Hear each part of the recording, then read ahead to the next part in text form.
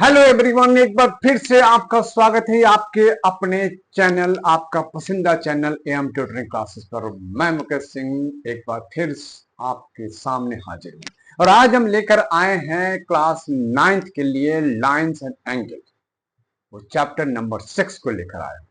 पूरे ध्यान से इस वीडियो को देखना है, अंत तक देखना है। इसमें लाइंस एंड एंगल्स के पूरा डिटेल बता दिया जाएगा, एक एक टॉपिक पे क्लियर करेंगे। पूरे जो डाउट्स है उसके बारे में बताएंगे, लाइंस क्या है उसके बारे में बताएंगे, एंगल्स क्या है उसके बारे में बताएंगे और पूरा कॉन्सेप्ट जो है आपको मैं बताने वाला हूं।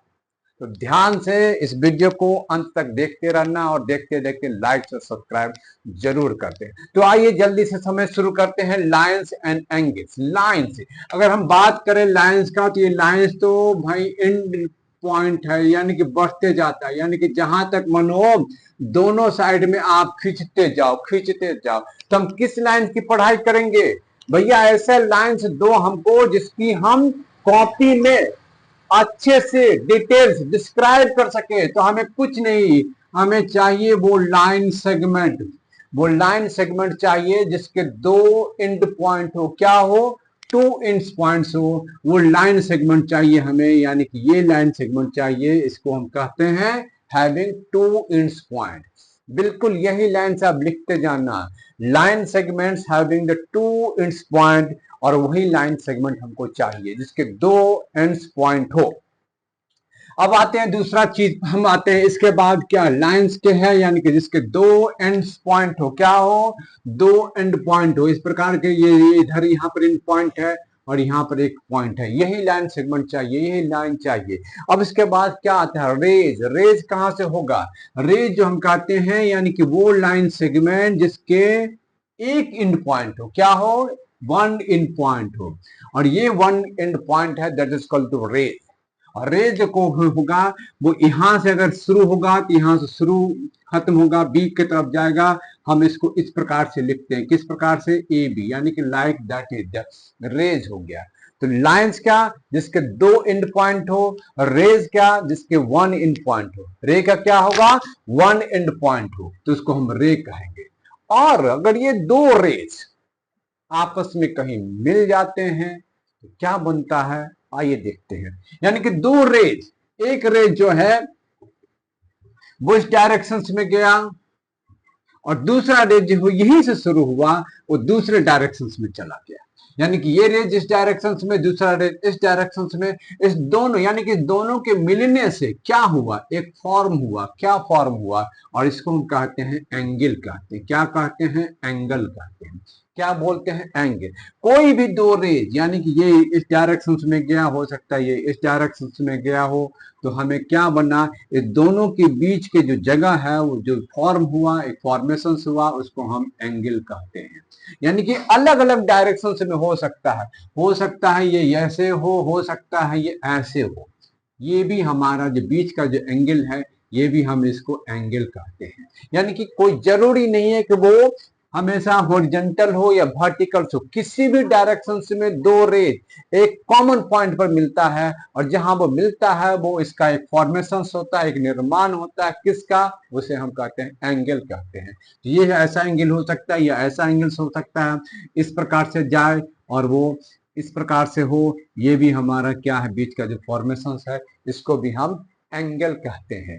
तो ध्यान से याद रखना, लाइन यानी कि जिसके दो पेयर्स जो हो वो एंड पॉइंट हो। रेज जिसको हैविंग ओनली वन पॉइंट हो। और दो रेज आपस में मिलते हैं और जहां वो एक कॉमन पॉइंट पे मिलता है, उस कॉमन पॉइंट पे क्या है? एक एंगल का फॉर्मेशन होता है। क्या होता है? एक एंगल का फॉर्मेशन होता है, उसको हम एंगल कहते हैं। आगे बढ़ते हैं। बहुत सारी चीजें हैं जो इस चैप्टर से बताए गए हैं, एक एक पार्ट को मैं आसानी से यहाँ पर बताने वाला हूँ। अभी मैंने दो चीज बताया, लाइंस के बारे में और एंगल के बारे में। बहुत तरह के एंगल बनते हैं, आइए पहले उसको समझते हैं। कहाँ कहाँ पर किस किस प्रकार के एंगल्स बनता है, उसको ध्यान से बारीकी से समझते हैं और फिर हम आगे बढ़ेंगे। एंगल्स जो बनता है, कई प्रकार के एंगल्स बनता है। वो एंगल्स आप ध्यान से देखना, ये एंगल्स बना, ये लाइन है, रेज किया, और वहां पर देखो जब भी दो लाइंस, अगर हम एक लाइन ऐसे खींच दे और फिर वहां पर भी एक लाइन से ऐसे खींच दे, कोई एंगल बना, कोई एंगल नहीं बनेगा। क्यों? क्योंकि इस दोनों लाइन के बीच में कोई भी अंतर नहीं, कोई गैप नहीं, कोई डिफरेंस नहीं है, तो लाइंस जो है वो कोई एंगल नहीं बनेगा। एक लाइन था, इसी के ऊपर एक और लाइन हो गया, तो कोई एंगल्स नहीं बनेगा। इसका मतलब क्या है कि दोनों लाइनों के बीच में कोई न कोई गैप्स होने चाहिए, कोई न कोई गैप्स होनी चाहिए। वो गैप्स हो सकता है ये लाइन्स हो, यानी कि ये हमारा गैप्स है, या एक छोटी से छोटी भी गैप्स हो सकती है, ये भी हमारा हो सकता है, यानी कि ये भी हमारा एंगल बनता है और यहां से लेकर यहां तक भी एंगल्स बनता है। तो देयर इज ए गैप होना चाहिए दो लाइंस के बीच में। ये दो लाइन है, कोई गैप्स नहीं है, लेकिन जैसे ही हमने एक लाइन को ऊपर किया, ये एंगल का फॉर्मेशन हुआ। तो इस प्रकार से क्या है, एंगल्स का निर्माण होता है। तो एंगल्स का निर्माण के नाम भी है, हर एक एंगल का निर्माण के अलग अलग नाम दिए गए हैं। तो उन नामों को जानते हैं, समझने का प्रयास करते हैं, और वो नाम है, पहला नाम दिया गया है एक्यूट एंगल का। आप भी लिख लो, acute angle. Acute angle, acute angle किसे कहते हैं, वो नाम ध्यान से देखिए। ये लाइन है, रेज है, एक लाइन इधर गया और इसके बीच में भी एक लाइन से गया, और इसके जो अंतर है that is the acute angle कहते हैं। वो एक्यूट एंगल्स का नाम दिया गया है। अब आप देखोगे एक लाइन ऐसे भी है और एक लाइन इस प्रकार से बनता है। ये आप देखने से पता लगेगा ये हमारा 90 डिग्री है। क्या है? 90 डिग्री। 90 डिग्री का कोण जो है हमेशा एक लाइन सीधी है और दूसरी लाइन वो इस प्रकार से बनता है, तो इसको हम 90 डिग्री कहते हैं, या इस प्रकार से बनता है तो इसको हम 90 डिग्री कहते हैं। यानी कि एक लाइन सीधी हो, ऊपर से बिल्कुल स्ट्रेट इस प्रकार से हो, जिसको परपेंडिकुलर भी बोला जाता है, तो इसको हम क्या कहते हैं? 90 डिग्री हो। तो हम एक्यूट एंगल किसे कहते हैं? क्या हम इस लाइन को एक्यूट एंगल कहेंगे? इसे एक्यूट एंगल नहीं कहेंगे। जो हमें एक्यूट एंगल कहते हैं वो एंगल होता है, अगर एक्यूट एंगल को मान लेते हैं, हमने थीटा मान लेते हैं, वैल्यू को थीटा मान लिया। सपोज कीजिए ये जो एंगल होगा, थीटा का वैल्यू होगा, वो 0 डिग्री से बड़ा होगा और 90 डिग्री से छोटा होगा। क्या होगा? 0 डिग्री से बड़ा होगा और 90 डिग्री से छोटा होगा। जी हाँ, 90 डिग्री से छोटा होगा, उसे हम कहेंगे एक्यूट एंगल कहेंगे। तो फिर इसको क्या कहेंगे? जी हाँ, इसको भी नाम देते हैं, और ये नाम आता है हमारा जब ये लाइंस बिल्कुल इस प्रकार से हो और जहां पर इसका जो वैल्यू हो एकदम बिल्कुल सटीक वैल्यू हो, वो हमारा हो 90 डिग्री का, तो इसको हम क्या कहते हैं? राइट एंगल कहते हैं। इसको भी नोट कर लीजिए, क्या कहते हैं? Right angle. Right angle, right angle का वैल्यू इक्वल टू 90 डिग्री होता है। ध्यान दीजिए, एक्यूट एंगल जिसका वैल्यू 0 डिग्री से ऊपर और 90 डिग्री से नीचे, यानी कि दोनों के बीच में हो, उसको हम कहते हैं एक्यूट एंगल। वो सारे एंगल्स जो 30 डिग्री का हो, 45 डिग्री का हो, 60 डिग्री का हो, या 75 डिग्री का हो, इवन कि 89 डिग्री का हो, 1 डिग्री का हो, 15 डिग्री का हो, 30 डिग्री, ये सारे जो एंगल्स है वो सब के सब एक्यूट एंगल कहलाता है। तो ये एक्यूट एंगल यानी कि एक 0 से ऊपर और 90 से नीचे कहेंगे। और राइट एंगल इसके बारे में बताया, बिल्कुल पोस्चर्स ये होगा, बिल्कुल पोस्चर्स ये होगा, जिसको कहेंगे वैल्यू कहेंगे राइट एंगल। और जैसे ही ये लाइंस, ध्यान देना, ये बात ये हुआ, ये सीधा ऐसे है और ये ऐसे हो गया, ये ऐसे है और ये बिल्कुल सीधा हो गया। अब जैसे ही इससे ऊपर आ जाए, यानी कि उसे हम कहते हैं ऑब्ट्यूज एंगल। क्या कहेंगे? ऑब्ट्यूज एंगल कहेंगे। यानी कि ये लाइन तो बिल्कुल सीधी है, लेकिन इसका जो है दूसरा सिरा इस प्रकार से भाग गया, यानी कि ये इसका वैल्यू मोर देन 90 हो गया। क्या हो गया? मोर देन 90 हो गया। और ये जो वैल्यू है थीटा का, जिसका वैल्यू 90 डिग्री से बड़ा हो गया, क्या हो गया? 90 डिग्री से बड़ा हो गया और 180 डिग्री से छोटा हो गया, उसको हम क्या कहेंगे? ऑब्ट्यूज एंगल कहेंगे। क्या कहेंगे? Obtuse angle. वो सारे एंगल, मान लो 100 डिग्री हो, 120 डिग्री हो, 115 डिग्री हो, 135 डिग्री हो, 175 डिग्री हो, 150 डिग्री हो, ये सारे के सारे डिग्री जो कहलाते हैं वो क्या कहलाएगा? ऑब्ट्यूज एंगल, क्योंकि इसका वैल्यू 90 से ऊपर है और 180 से नीचे है, उसको हम कहेंगे ऑब्ट्यूज एंगल। क्या कहेंगे? Obtuse angle. समझ में आ गया होगा। एक्यूट एंगल जिसका वैल्यू 0 से ऊपर 90 से नीचे, उसको एक्यूट एंगल कहेंगे। जो 90 डिग्री का वैल्यू को बिल्कुल बराबर, यानी कि उसको राइट एंगल कहेंगे। और जो 90 से ऊपर 180 से नीचे उसको हम ऑब्ट्यूज एंगल कहेंगे। क्या कहेंगे? Obtuse angle. क्या एंगल यही समाप्त हुआ? नहीं समाप्त हुआ, कुछ और एंगल है। धीरे धीरे ये लाइन देखना आप, ऐसे है फिर ऐसे हुआ, ये लाइन जो है आप देखोगे इस प्रकार से बना, इस प्रकार से बना, फिर ये सीधे हो गए, अब ये हमारा ऐसे हो गया। अब और हम बिल्कुल सीधा कर देते, इसको हम ऐसे ही डाल देते, यानी कि एक रेज बिल्कुल ऐसे गया और ठीक यहीं से एक दूसरा रेज भी स्टार्ट हो गया, और यहां जो एंगल बना, यहां जो एंगल का फॉर्मेशन हुआ वो बनता है हमें 180 डिग्री का। इसको हम कहते हैं पेयर्स ऑफ एंगल कहते हैं, या लीनियर पेयर्स ऑफ एंगल कहते हैं, या हम स्ट्रेट लाइन एंगल कहते हैं, स्ट्रेट लाइन एंगल भी कहते हैं। स्ट्रेट लाइन है, स्ट्रेट लाइन एंगल भी कहते हैं, या लीनियर पेयर्स कहते हैं ऑफ एंगल कहते हैं, लीनियर पेयर्स ऑफ एंगल्स या स्ट्रेट लाइन एंगल्स भी कहते हैं हम इसको। यानी कि एक लाइन ऐसे गया और दूसरा जो है बिल्कुल अपोजिट डायरेक्शंस में हो गया, तो ये हम क्या कहते हैं? स्ट्रेट लाइन एंगल, जिसका वैल्यू 180 डिग्री हुआ। कितना वैल्यू हुआ? वो 180 डिग्री हुआ, उसको हम कहते हैं स्ट्रेट लाइन एंगल। क्या एंगल यहीं पर रुकेगा? बिल्कुल नहीं रुकेगा। ये लाइन ध्यान से देखो, ऐसे गया, ऐसे हुआ, यूं गया, यूं, यूं गया, यूं, और दोनों लाइन से मिल गया। अब ये और कारनामा दिखा दिया, लाइक दैट। ये हमारा वैल्यू हो गया, और हमें दूसरे ढंग से क्या करना है, ये जो वैल्यू है इसी के अपोजिट हम देख सकते हैं। मान लेते हैं ये एक एंगल हुआ, ये एक एंगल हुआ, ये एक एंगल हुआ, जिसको हम भीतर का इंटीरियर एंगल लेते हैं। क्या लिया? हम भीतर का एंगल लिया। मान लेते हैं ये हमने भीतर का एंगल ले लिया। अगर हम इस दोनों लाइन के बीच का एंगल लिया, इस दोनों लाइन के बीच का एंगल लिया, इस दोनों लाइन के बीच का एंगल लिया, परंतु एक और एंगल होता है जो इन दोनों लाइन के बाहरी एंगल होता है, ये बाहर का एंगल। यानी कि ये जो लाइन बना इस एंगल को तो लिया, अब इसके बाहर जो एंगल बना, इस एंगल को क्या नाम देते हैं? इस एंगल का नाम देते हैं रिफ्लेक्स एंगल। क्या नाम है इसको? Reflex angle. रिफ्लेक्स एंगल भी बोलते हैं। क्या बोलते हैं? Reflex angle. तो रिफ्लेक्स एंगल वैल्यू होता है। इसका वैल्यू कैसे जानेंगे?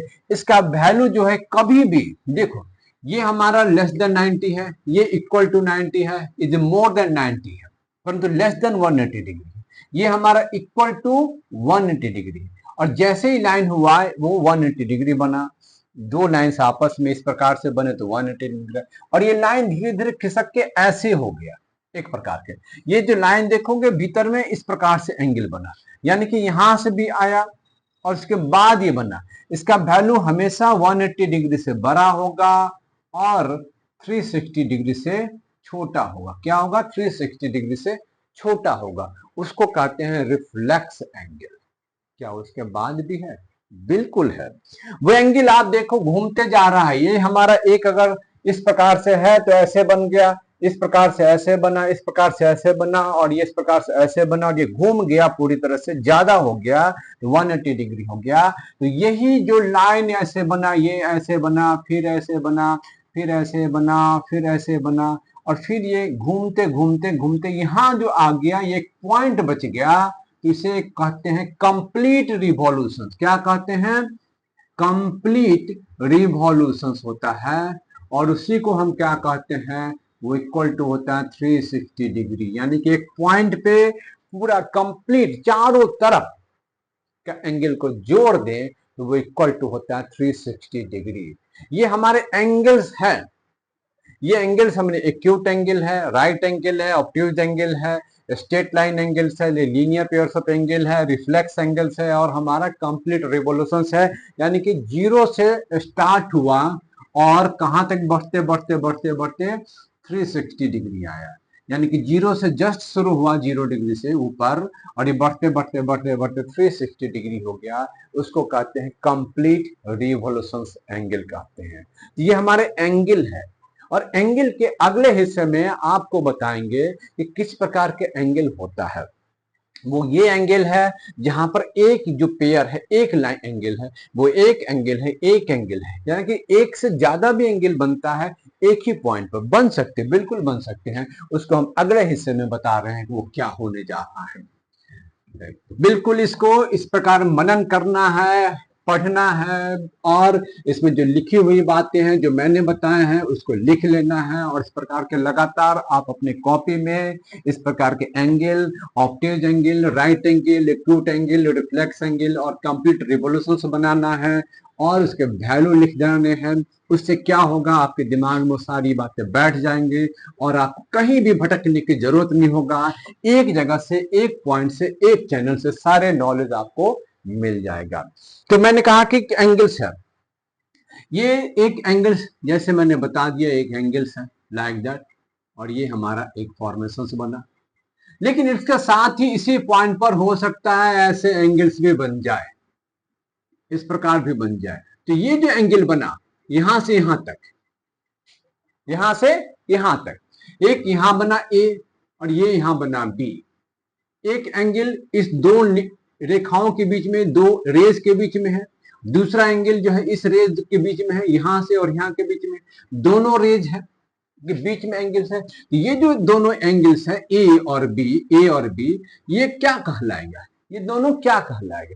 वो चीज है जैसे आप जहां भी रहते हो तो आपके बगल में दाएं या बाएं कोई ना कोई पड़ोसी होगा जिसको आप पड़ोसी कहते हो या बगल वाले कहते हो, ये जो भी कहते हो, इन दोनों में से उसको क्या कहते हैं? Adjacent angle. उसको क्या कहेंगे?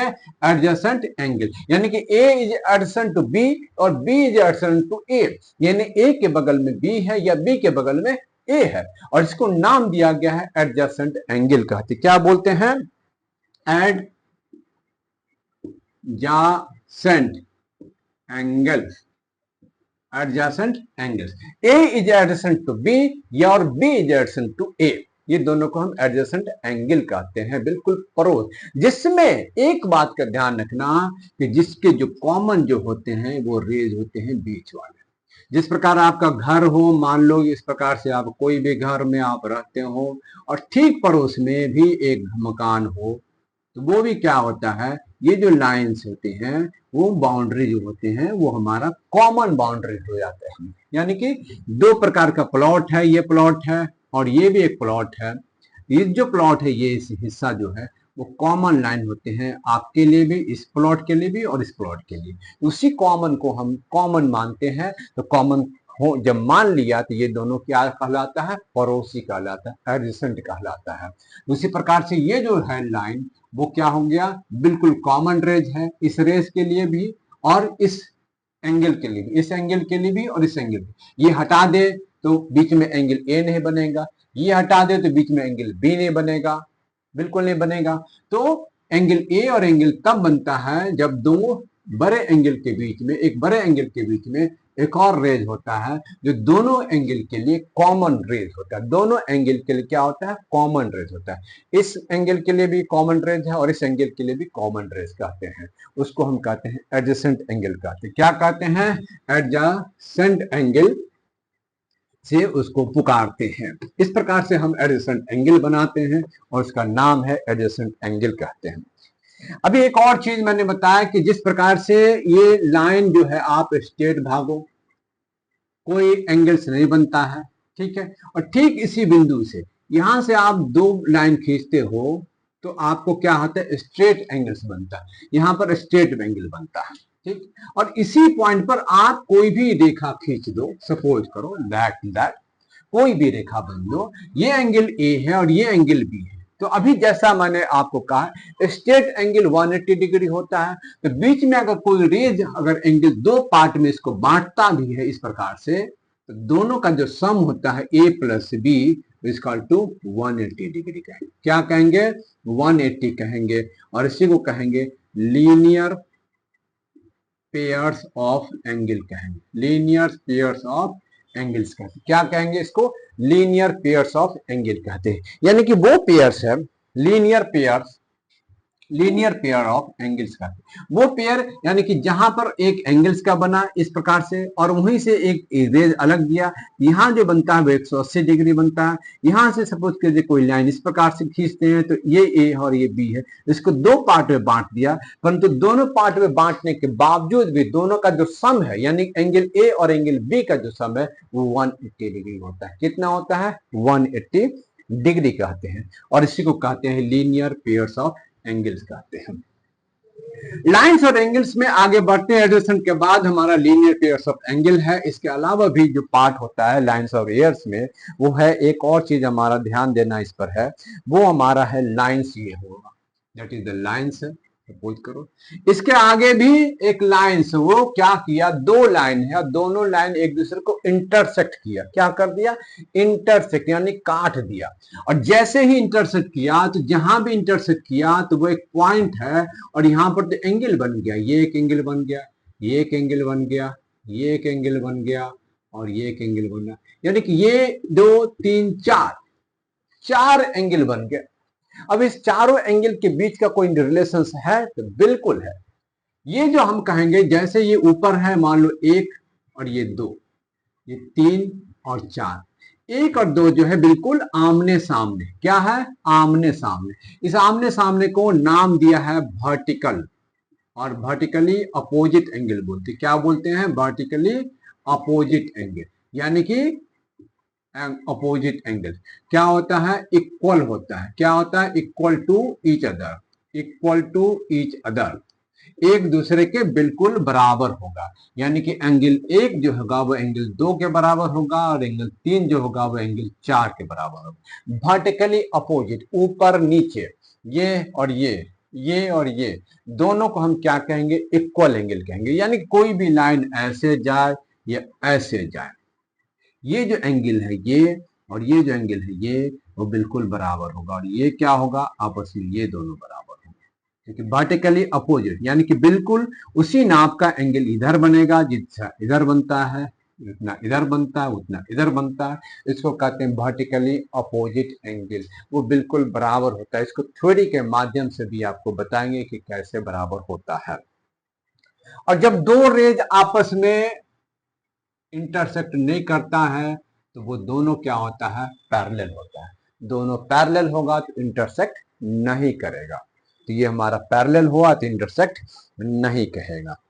यही हमारा एंगल्स बनता है और इसी को हम कहते हैं, आगे कहते हैं वर्टिकली अपोजिट कहते हैं। एक और छोटा सा हिस्सा आपको यहाँ पर मैं बताने जा रहा हूँ, वो छोटा सा हिस्सा और आप समझ जाओगे कि क्या कहते हैं। कई बार होता है कि क्या है नहीं है, यहाँ पर ध्यान दीजिएगा। तो अगर मैंने बताया एडजेसेंट एंगल, दो एडजेसेंट एंगल है, ये एक हमारा मान लो एंगल है, यहां से चले और बीच में एक और खींच दिया, यानी कि ये एक एंगल बना। अब आपको मालूम है यहां से लेकर यहां तक जो है वो क्या है? सम 90 डिग्री। कितना है? 90 डिग्री है। और बीच में एक एंगल बन गया यहाँ पर ए, और बीच में यहाँ एक एंगल बन गया बी, यानी कि क्या कहेंगे हम? ए प्लस बी, ए का वैल्यू जोड़ेंगे बी का वैल्यू जोड़ेंगे तो सब दोनों का वैल्यू मिलाकर 90 डिग्री हो गया। मालूम नहीं है ए और बी का वैल्यू, लेकिन दोनों का वैल्यू तो पता है, ए और बी को जोड़ने पर 90 डिग्री होगा। अब मान लेते हैं कि यहां से मैंने कोई एंगल डाला इस प्रकार से, और ये मैंने किया, सपोज कीजिए दिस, ये किया, और ये वैल्यू मान लो 30 डिग्री है, और ये दोनों की जो वैल्यू है वो 60 डिग्री है। यानी कि 30 डिग्री प्लस 60 डिग्री बराबर क्या हो गया? 90 डिग्री। क्या हो गया? 90 डिग्री। कोई और भी वैल्यू ले लेते हैं किसी प्रकार के हैं, यानी कि ये ले लिया और आपने ले लिया इसको बराबर में, ये हो सकता है 45 डिग्री हो और ये भी हमारा 45 डिग्री हो, तो दोनों जो है वैल्यू वो 45 डिग्री प्लस 45 डिग्री, दोनों का वैल्यू 90 डिग्री है। इसके क्या मायने निकलते हैं? यानी कि ये एक दूसरे को क्या हो गया? कॉम्प्लीमेंट हो गया। ये क्या हो गया? कॉम्प्लीमेंट हो गया। क्योंकि कॉम्प्लीमेंट हो गया, क्योंकि दो पूरा जो एंगल है वो 90 डिग्री का है, 90 डिग्री का, उसमें एक का वैल्यू 30 डिग्री हो गया, दूसरे का वैल्यू 60 डिग्री हो गया। एक दूसरे को कंप्लीमेंट किया और दोनों मिलके 90 डिग्री बना लिया, इसको कहते हैं कंप्लीमेंट्री एंगल कहेंगे। क्या कहेंगे? इस दोनों को क्या कहेंगे? कंप्लीमेंट्री कहेंगे, कंप्लीमेंट्री एंगल कहेंगे, कंप्लीमेंट्री एंगल्स कहेंगे। और ये कंप्लीमेंट्री एंगल का सम कितना होगा? 90 डिग्री हो। क्या होगा? 90 डिग्री हो। एक 30 होगा तो दूसरा 60 होगा, एक 45 होगा तो दूसरा भी 45 होगा, एक 50 होगा तो दूसरा 40 होगा, एक 20 होगा तो दूसरा 70 होगा। यानी कि किसी न किसी प्रकार से दोनों का सम 90 डिग्री आ जाए तो ऐसे एंगल को क्या कहेंगे? कंप्लीमेंट्री एंगल कहेंगे। क्या कहेंगे? कंप्लीमेंट्री एंगल कहते हैं। उसी प्रकार से आ जाते हैं अगर हम दूसरे हिस्से में, इसके अगले पार्ट में, इसके अगले हिस्से में क्या कहते हैं? जैसा कि मैंने बताया कि एक स्ट्रेट लाइन है, यहाँ पर एंगल्स बन गया, और दूसरे इसी अपोजिट डायरेक्शंस में रेज खींच दिया, और यहाँ पर मान लीजिए कोई एक रेज खींच दिया इस प्रकार से, और ये हमारा एक वैल्यू है, सपोज करो ये हमारा वैल्यू हो गया 50 डिग्री का, तो ये कितना बन जाएगा? तो आप जानते हो कि टोटल का वैल्यू कितना होता है? 180, 180, तो 180 में से 50 घटाएंगे तो क्या बच गया? 30 डिग्री। यानी कि एनी हाउ किसी न किसी प्रकार से दोनों का सम कितना होना चाहिए? 180 डिग्री। कितना होना चाहिए? 180 डिग्री। यानी कि 50 degree plus 130 degree equal to 180 degree. आपके दिमाग में कोई और वैल्यू आ गया, हो सकता है 70 डिग्री आए तो क्या होगा? 110 डिग्री होगा। हो सकता है 100 डिग्री आ जाए तो दूसरा 80 डिग्री हो जाए। यानी कि किसी न किसी प्रकार के वैल्यू जो है 180 डिग्री आता है, तो हम क्या कहेंगे? उसको सप्लीमेंट्री एंगल। क्या कहेंगे? Supplementary angle. सप्लीमेंटरी एंगल कहेंगे, सप्लीमेंट्री एंगल्स बोलेंगे। तो complementary sum of the two angles is equal to 90 degree, complementary supplementary sum of the two angles is equal to 180 degree, उसको हम सप्लीमेंट्री कहेंगे। एंगल्स के बारे में सुनते हैं, एडजेसेंट एंगल सुना, राइट एंगल सुना, सप्लीमेंट्री एंगल सुना, और कंप्लीमेंट्री एंगल्स भी सुना, वर्टिकली अपोजिट एंगल्स भी सुना, pairs of linear pairs of angle भी सुन लिया, स्ट्रेट लाइन एंगल भी सुन लिया, रिफ्लेक्स एंगल भी सुन लिया, ऑप्टिक्स एंगल भी सुन लिया, और एक्यूट एंगल भी सुन लिया। और सारे का विवरण आपको एक जगह मिलता है, और वो उसके लिए आप हमेशा जुड़े रहिए हमारे चैनल से, और ये सारी जानकारी आपको यहाँ मिलते जाएंगे। आसान तरीके से समझा के आपको बताने के पूरा प्रयास किया जा रहा है, बस आपको वीडियो देखते रहना है। तो कंप्लीमेंट्री समझ लिया, सप्लीमेंट्री यानी कि दो एंगल्स का सम 180, तो उसको हम क्या कहेंगे? सप्लीमेंट्री एंगल्स कहेंगे। और दो एंगल का सम अगर 90 डिग्री हो तो उसको हम क्या कहेंगे? कंप्लीमेंट्री एंगल कहते हैं। क्या कहते हैं? कंप्लीमेंट्री एंगल कहते हैं। इस प्रकार से कंप्लीमेंट्री हो गया, सप्लीमेंट्री हो गया, वर्टिकली अपोजिट हो गया, लीनियर पेयर्स ऑफ एंगल्स हो गया, और कुछ हो गया, इंटरसेक्टिंग लाइंस भी हो गया, नॉन इंटरसेक्टिंग लाइंस हो गया। इन सब के बाद लाइंस और एंगल्स में और भी थोड़ा बहुत कुछ है। तो जैसे जैसे एक्सरसाइज कंप्लीट करते जाएंगे, थोड़ा थोड़ा थोड़ा थोड़ा बेसिक नॉलेज देते रहेंगे, देते रहेंगे, देते रहेंगे। तो आइए आगे बढ़ते हैं और सुनते हैं एग्जाम 1 6.1 कहता है। एग्जाम 6.1, एग्जाम 6.1 क्या कहता है? जल्दी से समझने की कोशिश करें। ये कहता है कि if a rays stand on a line, then the sum of two adjacent angle so formed is 180 degree. यानी कि एक रेज अगर हम इस प्रकार से भेजते हैं, ठीक है, और यहां पर भेज दिया, और इसके ठीक अपोजिट में भी रेज वापस कर दिया, यहां एक पॉइंट है, तो सम ऑफ द एंगल्स जो होता है वो हम क्या कहते हैं? 180 डिग्री।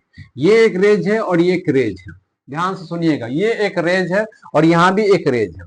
दोनों पहले मैंने बताई, जैसे ये रेज है, इसके ऊपर भी अगर रेज डाल दिया तो कोई एंगल्स नहीं बनेगा, परंतु जैसे इसके अपोजिट डायरेक्शन में एक रेज डालते हैं तो वो स्ट्रेट लाइन एंगल्स बनते हैं, इसको पेयर्स ऑफ एंगल भी बोलते हैं।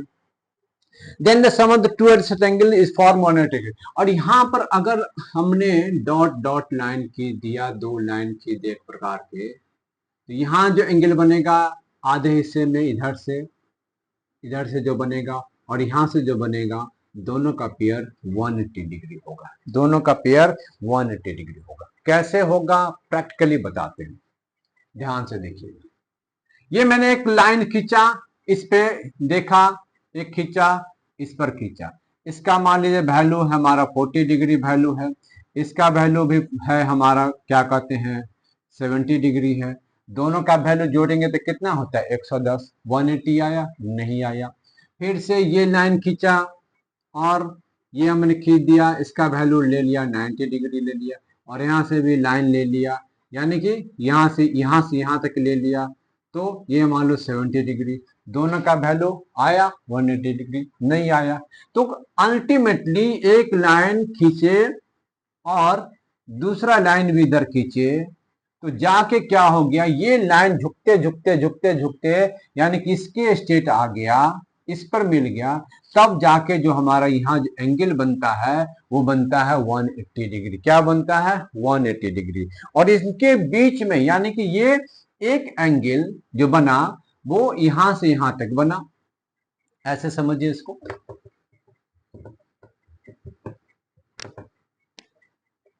मतलब ये जो लाइन है वो ऐसे बना और ये हमारा इस प्रकार गया, ये जो एंगल बन गया मान लो ये 70 डिग्री है। और दूसरी लाइन जब इधर से इधर खींचते हैं यानी कि ठीक इस लाइन के अपोजिट सेम डायरेक्शन में इसको खींचते हैं लाइक दैट, तब जो इधर जो एंगल बनता है, अब जो इधर एंगल बनता है 110 डिग्री का, और इस दोनों को जब जोड़ते हैं तो हमारा 180 डिग्री बनता है। यही हमारा एवलियम 6.1 कहता है। If the rays stands on the line then the sum of two adjacent angle is form 180 degree. यानी एडजेसेंट मतलब मैंने बताया था अगल बगल, यानी कि ये एक एंगल है उसके ठीक बगल में ये एंगल्स है, तो हमारा 180 डिग्री बना। किस प्रकार से है, मैंने कहा कि दो एंगल्स बनना है, सम ऑफ द पेयर्स ऑफ दो एंगल्स, यानी कि ये लाइन स्ट्रेट लाइन खींच दिया, स्ट्रेट लाइन खींच दिया, मान लो ये हमारा 80 डिग्री का एंगल बना, लेकिन हमारा एक ही एंगल्स है। दूसरा एंगल्स बनाना है तो मैंने क्या किया, इसी रेस का ठीक अपोजिट डायरेक्शन में एक लाइन खींचे और यहाँ जो एंगल बना वो हमारा बन गया 100 डिग्री, और इस दोनों के जोड़ने पर हमें कितना मिला 180 डिग्री, यानी कि पेयर ऑफ एडजेसेंट लाइन बन गया, पेयर ऑफ एडजेसेंट लाइन बन गया। यानी कि इफ वन एनी रे स्टैंड्स ऑन ए लाइन, और ये हमारा एक लाइन है इस रेज में है, ये रेज इस डायरेक्शन में है, दूसरा रेज इस डायरेक्शन में है, और दोनों के बीच में जो एंगल बना अगल और बगल में, दोनों को पेयर मिला के कितना बना 180 डिग्री। हम इसको क्या कहते हैं, that's the adjacent angle of the day, यानी कि the sum of two adjacent angles. उसी प्रकार से हम देखेंगे दो यानी कि एंगल का सम 180 डिग्री होता है, तो ये जो लाइन है अगर हम ए ओ बी कहेंगे, ये हमारा क्या होगा स्ट्रेट लाइन होगा। क्या होगा स्ट्रेट लाइन होगा। ए ओ बी क्या होगा वो हमारा स्ट्रेट लाइन कहलाएगा। जब स्ट्रेट लाइन के नाम डायरेक्शंस में देते हो तो स्ट्रेट लाइन ही बनता है, स्ट्रेट लाइन कहता है। इस स्ट्रेट लाइन के बीच में किसी भी पॉइंट पर जो पेयर ऑफ एंगल्स बनता है वो 180 डिग्री बनता है। इस ए और बी के बीच का कोई भी पॉइंट यानी कि पॉइंट वो पर जो पेयर ऑफ एंगल्स बनेगा, जो एंगल बनेगा वो 180 डिग्री बनेगा। कितना का एंगल बनेगा 180 डिग्री। अगर 180 डिग्री का बनता है तो ए बी को हम या ए ओ बी को क्या कहेंगे स्ट्रेट लाइन बोलेंगे। क्या कहेंगे स्ट्रेट लाइन कहते हैं। एक थ्योरी आपको इस हम पार्ट में पढ़ाते हैं, आज बताते हैं वन पार्ट में। इस थ्योरी के इस हिस्से में आपको एक थ्योरी बताते हैं और थ्योरी प्रैक्टिकल बढ़िया से आपको समझाते हैं और तब आगे बढ़ेंगे। और कहता है थ्योरी है हमारा थ्योरम 6.1 है, थ्योरम 6.1 है। If the two lines intersect each other, if two lines intersect each other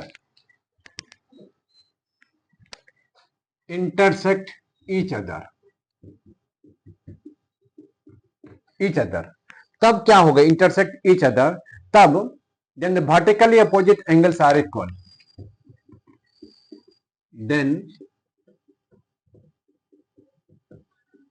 vertically opposite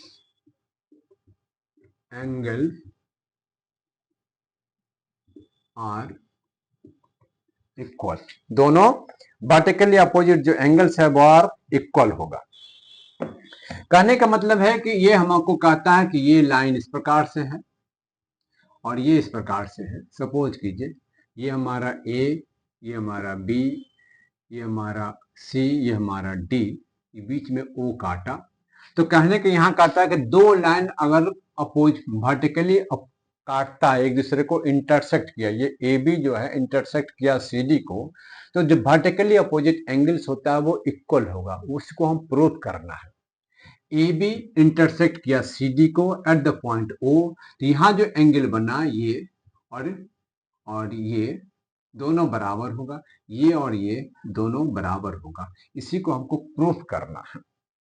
आपको छोटा सा चीज याद रखना है और आपको सॉल्यूशन आपके सामने मिल जाएगा। यहां पर देखो कि AOD COD क्या है? Is a straight line. क्या है हमारा? स्ट्रेट लाइन है कि नहीं है? COD हमारा स्ट्रेट लाइन है।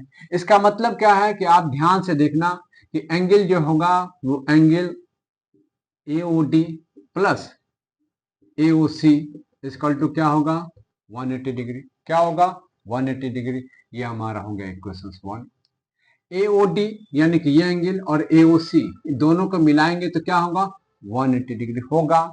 उसी प्रकार से हमारा जो लाइन है दूसरा AOB is also straight line है, स्ट्रेट लाइन है कि नहीं? AOB भी हमारा स्ट्रेट लाइन है। इसका मतलब क्या है? Angle AOC plus angle BOC वो क्या होगा? 180 डिग्री होगा।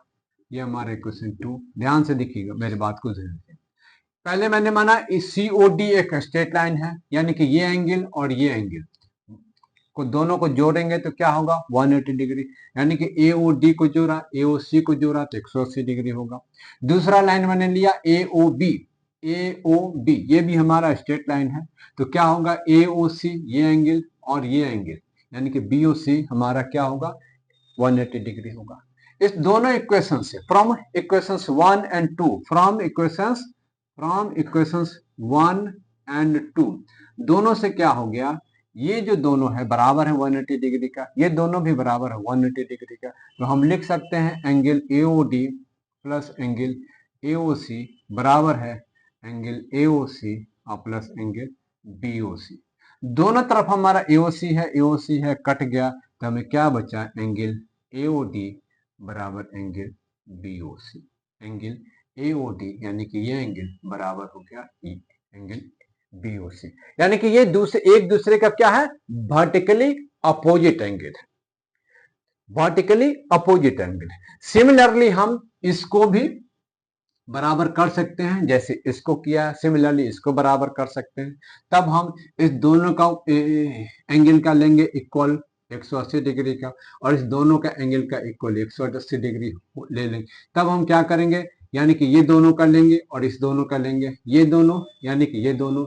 तब हम लेंगे AOD प्लस AOC बराबर होगा AOD प्लस BOD, और तब हमारा ये सामने सामने का एंगल भी बराबर होगा जैसे इसको बराबर किया है। तो वर्टिकली एंगल जो अपोजिट एंगल होता है बिल्कुल बराबर होता है। तो आपको इसी प्रकार से जो इसका कॉन्सेप्ट है जो रूट पे बनाया गया है, ऐसे ही बेसिक आपको क्लियर किया जाएगा। इस वीडियो के अगले हिस्से में, अगले पार्ट में आपको 6.1 और 6.2 के एक्सरसाइज का सॉल्यूशन आपके सामने पेश किया जाएगा। तब तक इस वीडियो को देखते रहिए, लाइक कीजिए और सब्सक्राइब कीजिए।